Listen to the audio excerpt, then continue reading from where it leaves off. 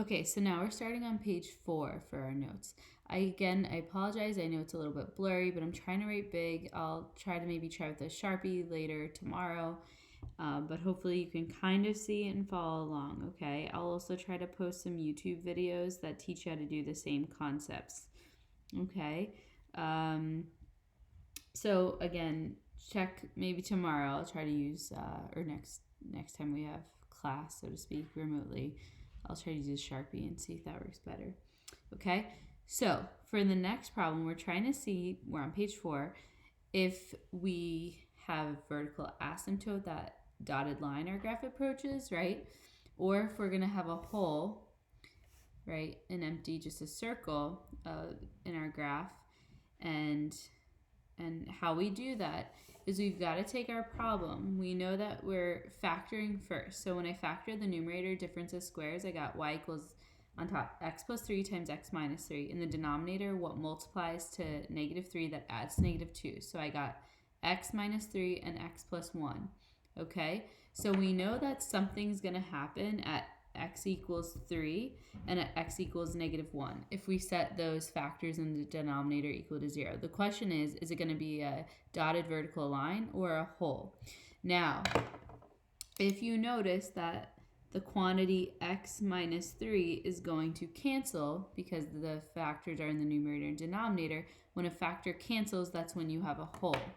Okay, so we know we're going to have a hole with an x value of 3. So let's find that hole first. So the hole in the graph, we know that the x value is going to be a 3, but we need to find the y value. In order to find the y value, we need to plug 3 into the x spot in our reduced equation. So if we have the equation y equals x plus 3 over x plus 1, we're going to plug 3 in for x. So we have y equals 3 plus 3 over 3 plus 1. So we have 6 over 4, which simplifies to 3 over 2.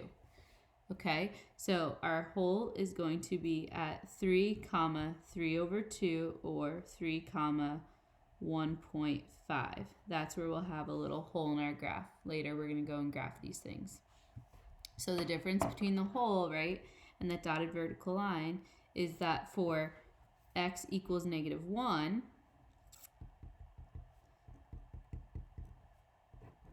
there was no factor that canceled out. So at x equals negative 1, we're going to have a dotted vertical line. So for this, we're going to have both a hole at 3 comma 1.5. That's because the factor, the quantity, well, the expression x minus 3 factored out. So at x is 3, that's where we're going to have a hole. And remember, again, we plugged 3 into the reduced equation. And when we plugged it into the reduced equation, our output was 3 over 2 or 1.5. So the hole was at 3 comma 1.5.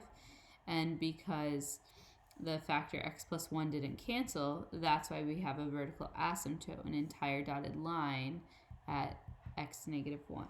Okay, again, at any point in time, if I'm going too slow, you can scoot forward if you already remember how to do it. I would at least check your answers, okay?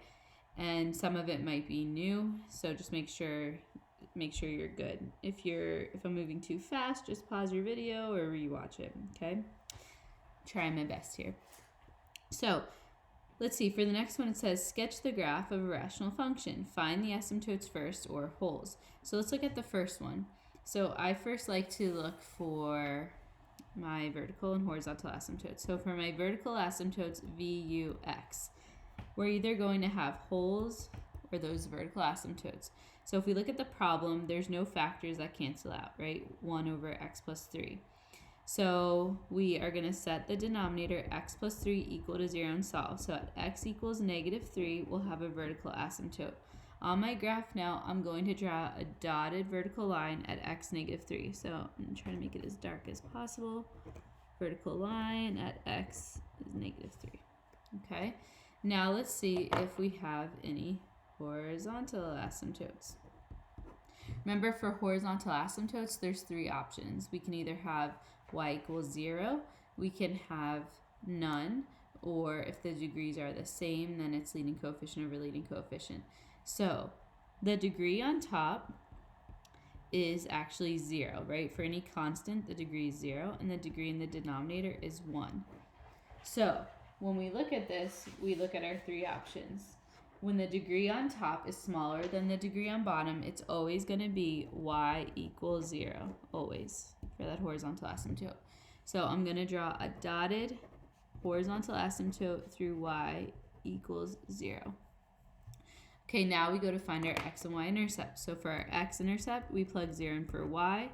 So we'll do 0 equals 1 over quantity x plus 3. If we multiply both sides by the denominator x plus 3, cancels out on the right, and on the left we get 0 equals 1. There's no x value, so there's going to be no x-intercept, okay? Now for our y-intercept, if we plug 0 in for x, we'll get 1 over 0 plus 3, so we end up getting 1/3.